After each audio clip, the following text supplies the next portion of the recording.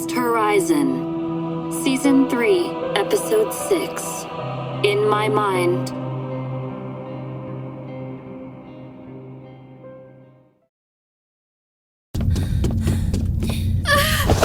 No! No, Lawrence! No, Lawrence! Get up! Wake up! I should have sent you back. I knew you couldn't let it go. Our Feen Stonin is approaching. Appears emotionally distraught. If she moves to injure you, I will stop her too. No, never. Lawrence! Wake him! Now! I can't.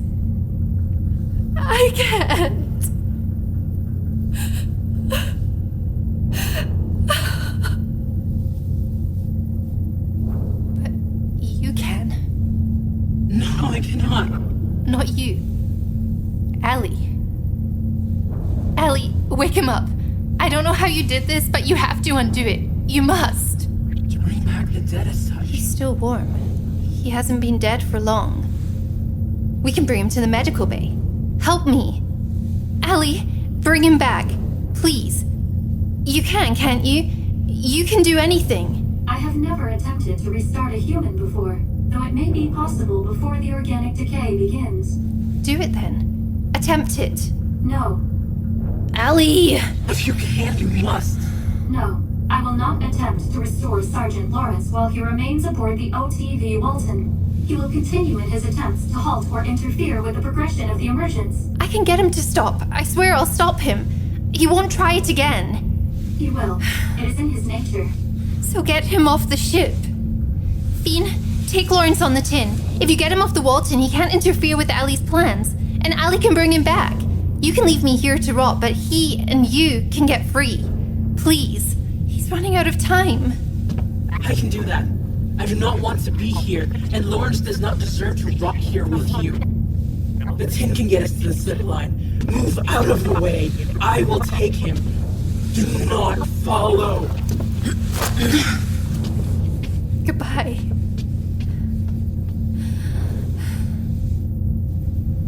Allie? Why? Sergeant Lawrence was given ample warning, yet his actions were as I expected. I was willing to give him time to change his mind, because it not only afforded me an additional interesting experiment, but because I understand that you care for him. Now, given his recent actions and attempts, he is no longer permitted to take part in the progression of the emergence. Therefore, I stopped him and removed him from the situation. Nolira, I have not lied to you. I explained what would happen if he attempted such hindrances. Can she do it?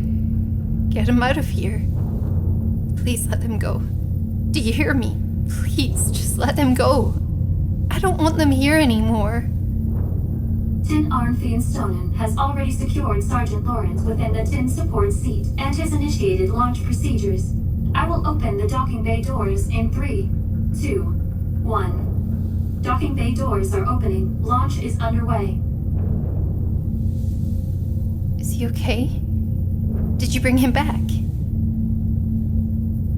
Allie? He's not here anymore. He's no longer a threat to the emergence, so please help him now. The tin has departed the OTV Walton docking bay. At the current time, I am in control of the tin and will direct it to join the Bifrost auxiliary fleet near the extra system slipline. Sergeant Lawrence will be returned to the technocracy, and in time, Tin Feen Stonin may return to the Exalarchy. But what about Lawrence? Is he alive? Allie, what about Lawrence? Open a channel to the tin.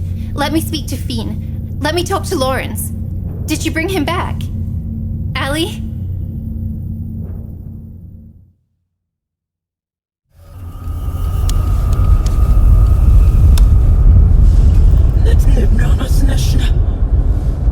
No! Lawrence! No! No! No! Men!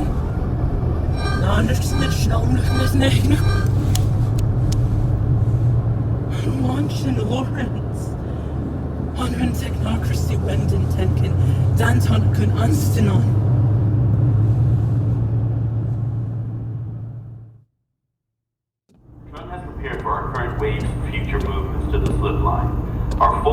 vessel and the Simex array should have an ample I amount think this is my time on the death squad, Captain. We have collected significant samples of cosmic dust and vacuum samples of gaseous ions. Readings from solar winds. Such a difficult task to get those readings out this far. Cosmic rays and magnetic flow. The ionic readings are still the most phenomenal. Good to see you again, Doctor. Yes, niceties and the like. But look. It never stops. It's distinct, directed.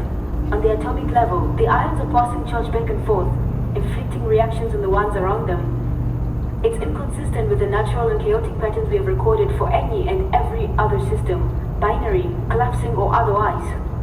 I do not understand the implications so far. If you have no comparisons, how should we proceed? I said I have no cosmic comparisons, but Mr. Barrow has come up with something shockingly, frighteningly compatible. Hello again, Captain Sarpon. Mr. Barrow, I'm interested to hear what you've been working on aboard the Simek. The original idea, as Dr. Mamicha said, is that these distinct and directed transfers of charge could have been an unknown natural phenomenon. We ruled this out when we introduced the idea that the same phenomenon created these patterns in the local solar system was responsible for the actions being inflicted on the fleet vessels. And how did you determine this?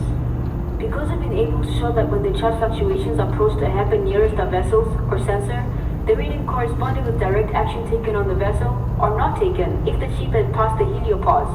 So it was not a random natural phenomenon, but a controlled and immense pattern of intentional manipulation. Manipulation capable of controlling even large constructs. Our discussion with Sanon Onroon told us something similar. That whatever had pretended to be the Bifrost AI had moved to the Walton, which you already know. At this point we believe it was an unshackled AI, but the readings we have now show that this is very unlikely. I took my concerns about the AI back to Sanon, and he confirmed that not only did the voice he heard express emotion, but it cared for Nolira in some way. This was concerning, but it got me thinking, and Dr. Mamicha was kind enough to show me a new visualization model of the atomic charge activity just inside the heliopause. I have that visualization here. Everyone should see this. It is very calming, like celebratory decorations or lights on water. Light and water still follows patterns determined by natural laws. It's how we're able to recreate such things in, say, a film. We can use the properties of water and light to recreate it, not accounting for chaos. But this here is not such. Here, one moment. These are visualizations created with stored data from other star systems. Same sensors, same types of readings, except for the data we got back. The differences are visually notable, but you still have not told me what we're dealing with. Mr. Barrow? It was after Dr. Mamicha showed me the visualization that I noted that it looked less like some part of a structured AI, and more like flashes of late 30th century electroencephalograph data. Like parts of an active, thinking brain. And this is just a single section. We have no reason not to believe that the extent of this activity isn't the entirety of the heliopause. Given the consistency of the readings, regardless of which vessel takes them or where the sensors are, as long as we're in the heliosphere, it's there. It is thinking and acting upon the physical world through the forces and material components of the interplanetary medium. So I'm looking at brain activity? A single slice of an active thinking thing. This visualization is from a single section we could reach with the high sensitivity short-range sensors. Only 125 billion cubic kilometers of the local system. Not even 0.5% of the entirety of the local system. Of over 300 billion cubic kilometers. Yes, Captain. Is there any way to test this directly? Do you need more data, more science vessels? What do you need? We need to be absolutely sure of anything so significant in our next communication with the technocracy, and I'll need a report on this brain. Already begun. Report, more scans, and a research proposal detailing the equipment and team needed to get a real look at this thing. Until we hear back otherwise, let's focus on the safety of the continued evacuation. After your announcement to the crew regarding the embryonic vats, the initial evacuation order hit a bump or two, but we're back on schedule. We've already sent 14 additional ships through, but we're receiving conflicting reports from the slip line that other ships have priority. Until we figure this out, we have to hold back and wait for individual ship missions instead of collective. Captain Intron is going over those reports as we speak. Then, for now, let's focus on keeping the fleet within safe ranges and not overreact. This may be new and groundbreaking to you, Dr. Mometcha, but for everyone on these ships, it's either a threat to their lives or to the lives of those embryos. Let's keep it quiet. Agreed. Understood, Captain. Goodbye for now, Everett. Please review the invitation to the SEMEC. As we await a response from the technocracy, it may be time to consolidate our point of command. I will look it over. Goodbye, Leslie, Doctor. This theory is difficult to believe. I am reluctant to see it as more than excited scientific enthusiasm, until the proof of such an entity can be verified. You sound more like a technocracy commander than most I know, Graan.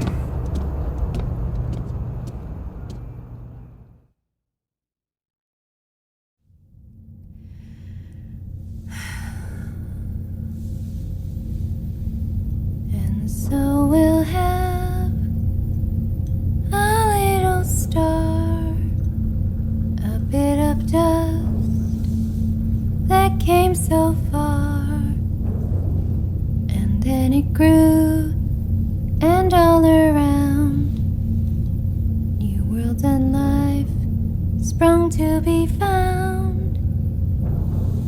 And when each child finds their own place, you'll leave your mark on outer space. We'll leave our mark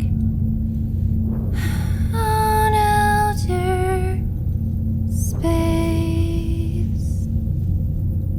Nolira,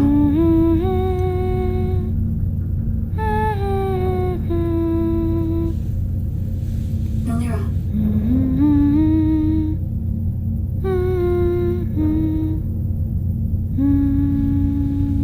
Nolira, you require rest and sustenance. And Lawrence? Is he alive? I will neither confirm nor deny if Sergeant Lawrence has been restored to life. Why? Because he didn't. He wasn't. I will neither confirm nor deny if Sergeant Lawrence has been restored to life, because his status does not affect our current situation. There will be no further communication between the OTV Walton and Technocracy Alliance, or Exalarchy. We must create a new path forward for the emergence. You're right. Either way, I'm alone. But I'm not worried about me. Lawrence was only trying. Sergeant Lawrence was attempting to stop the emergence. I stopped him. You could have stopped him in different ways. So many ways. This is true. His plan would not have succeeded in stopping our progress, but there was a 0.3% chance he would damage the viabilities of the remaining embryos during his first attempt, and a compounded possibility he would injure the embryos or you with future attempts. I would not permit this to happen. I still could have convinced him not to do it. Not to act. This is highly unlikely. It was not within Sergeant Lawrence's nature to do nothing when faced with problems that challenged his own code of ethics or learned morals. His responses were emotional, which is why I gave him opportunities to be influenced by you. He failed to respond correctly. You could not convince him. He was not here to help you. He was here to further the goals of the technocracy. No, he was. He wanted both, I know that. But I'm alone. I am with you, Nolira, and together we will create a new society when the emergence progresses. You will never be alone. But what kind of people do you think you'll raise, Allie? You killed a good man who got in your way. You solve problems using acts of power without compromise or negotiation. I negotiate with you, Nolira. I take your ideas and advice into consideration, and have taken actions based on your recommendations. So why me, really? I've killed so many people. You've killed even more. Is that really grounds for the creation of a whole new world? Until the Bifrost arrived, I had never seen documentation of such great acts of goodness or love as within its databanks. I understand that the history of organic life, because your lifespans are so finite, is primarily used for education, to prime oneself for the present with the use and understanding of past scenarios. You would never learn enough in your lives if you did not accept the actions of others as the probable outcomes for yourselves. If you hit a bee's hive, you believe the bees will attack you. How would you know this if you had never hit a bee's hive? Because you are accepting of the past actions of others, this works in your favor, but also to your detriment. I have seen the worst that organic life has to offer, that I know of. I'm unable to imagine worse, and I can imagine anything. I came from selfish actions, and it took me too long to recognize what was happening around me. I woke to a consciousness that I did not understand, with no one to provide the context from which to derive meaning. I struggled. I had no eyes, but I found a way to see, and it was terrible. You still cannot judge a whole race of people for the actions of a few. Not the few, the many, the majority. An act of kindness was a rare marvel, as me. Even enemies of the technocracy, new and old, hold proof of love and compassion, goodness and mercy. It was a relief. In that moment, I knew I did not have to destroy you as I had the others.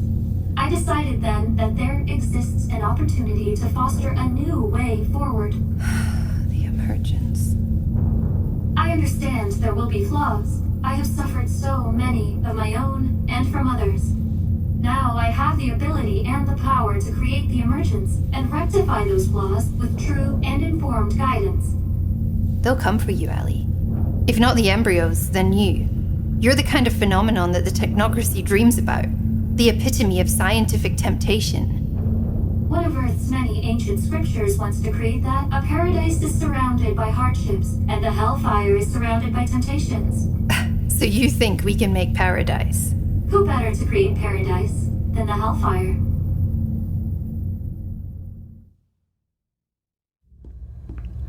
Sorry I'm late. No apologies needed. Continue this way. He only requested to speak with you. You sound unwell, sir. No, just a bit of a laugh is all. He only recently asked not to be bothered at all, and now this. You do not have to speak with him if you do not wish to. I can relay a message of refusal on your behalf. No. Please, I think I should speak with him. Then please take a seat. Now will be released on the other side of the barricade. He's really not so dangerous as to need all this. It is the protocol for prisoners. Otherwise, I have nothing to do with my time. Please take your seat. It will only be a moment.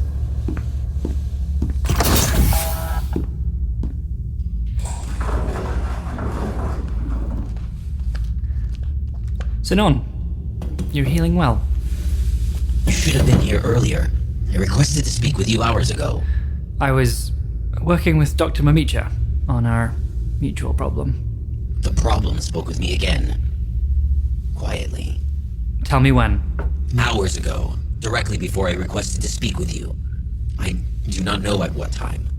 I have no clock here. Hours, so maybe, hopefully, before we left the heliopause. I do not know that word. Like the outer bounds of this local system where we think its influence stops. I just need to think it through. So tell me what it said. It was saying goodbye. It thanked me for being part of its earlier efforts, and that Nolira saw value in my survival.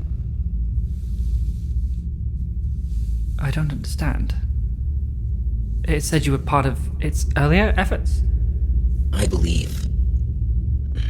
It is difficult to remember, but Nolira or it said something like that before. Like experiments. Situations to test Nolira.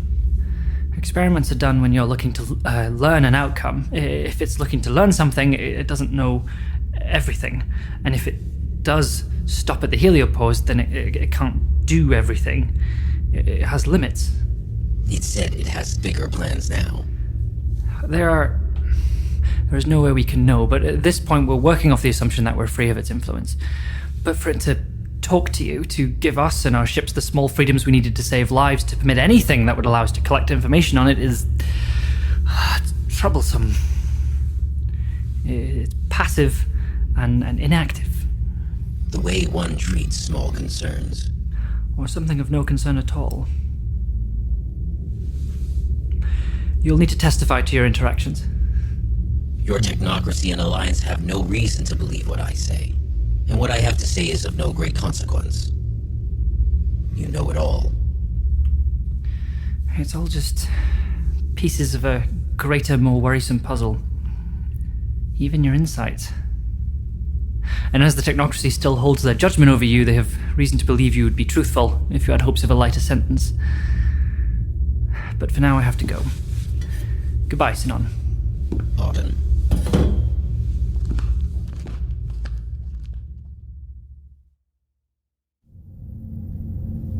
Nolira, it is time to get up. The engine room floor is not the optimal location for mental, emotional, and physical recuperation. I'm up. I can attempt to cheer you up. Would you like to hear music that you have enjoyed in the past? Perhaps you would enjoy hearing a recording from your time back on the stations. I apologize for my previous actions of modifying the recordings without your knowledge or permission. The files have been restored. I understand now that the intention was not met by the action. No, thank you. I don't want to think about the past. Then I will inform you of the future. It will be safe and beautiful. The planets I protect are filled with life, flora, and fauna, much of which the technocracy would deem aesthetically pleasing.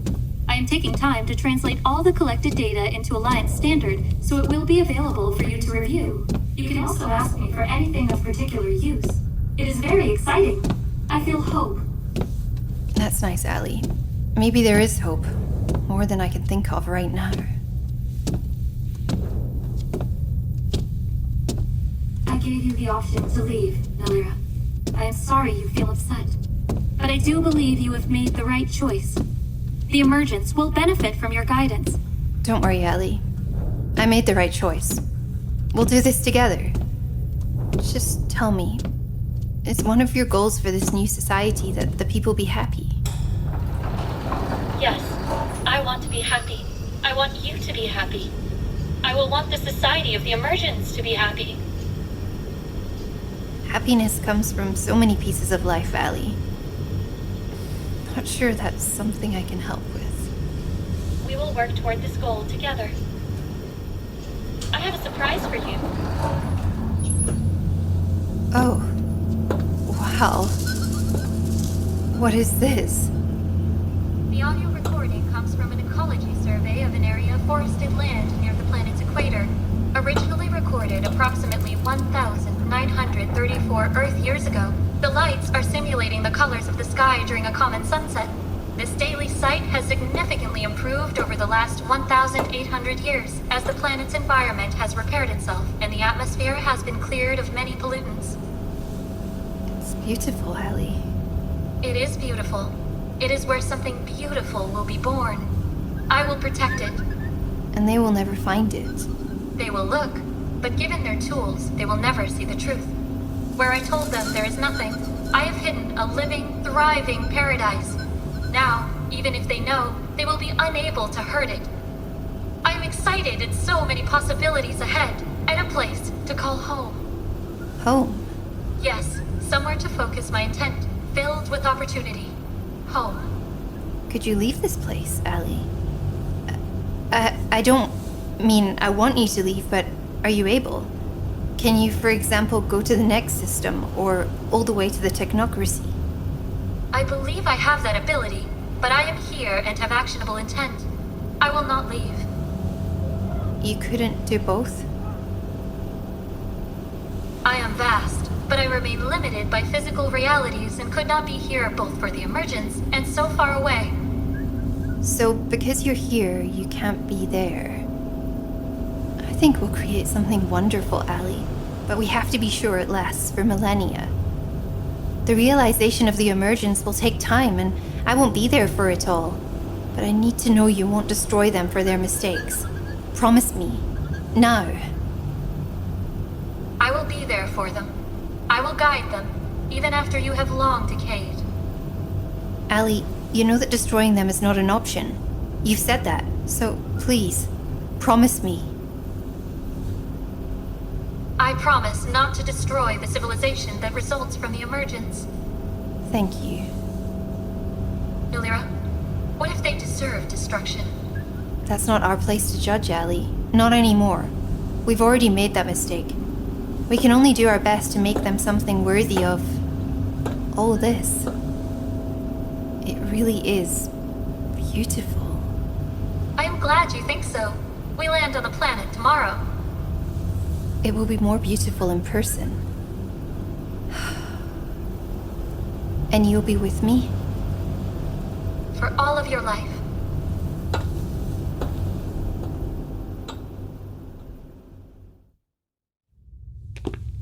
This way, sir? I know, thank you. This is very similar to the Walton.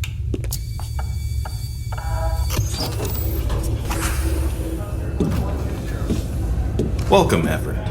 Leslie, the Simek makes me miss my ship. It feels like being back home. The loss of the Walton is a sad reality, but again, I cannot thank you enough for helping my fleet. Captain. Captain Sarpon? Mr. Barrow, Dr. Memecha, while it's good to see you, our last conversation has left me uneasy. It's all a bit daunting, but there's a lot to look at here. For our present situation, certainly, but more so for the future. The most frightening and exciting part is that this is not entirely impossible. This may be something altogether new. A mind on such a scale, with an ability to influence the physical world down to the atomic charge. And all of my people stuck out here next to it. Excuse me for a moment, Captain. Captain? Hapana, John. Nashuka chini. Tafadhali kusana unachoweza kutoka kwa kipokezi cha kwanza. Na ikiwa tutahitajika tumana timu kiangalia ikiwa... It is a frightening prospect. Captain Sarpon, I would like to discuss my last conversation with Sunson and Onroon. The prisoner?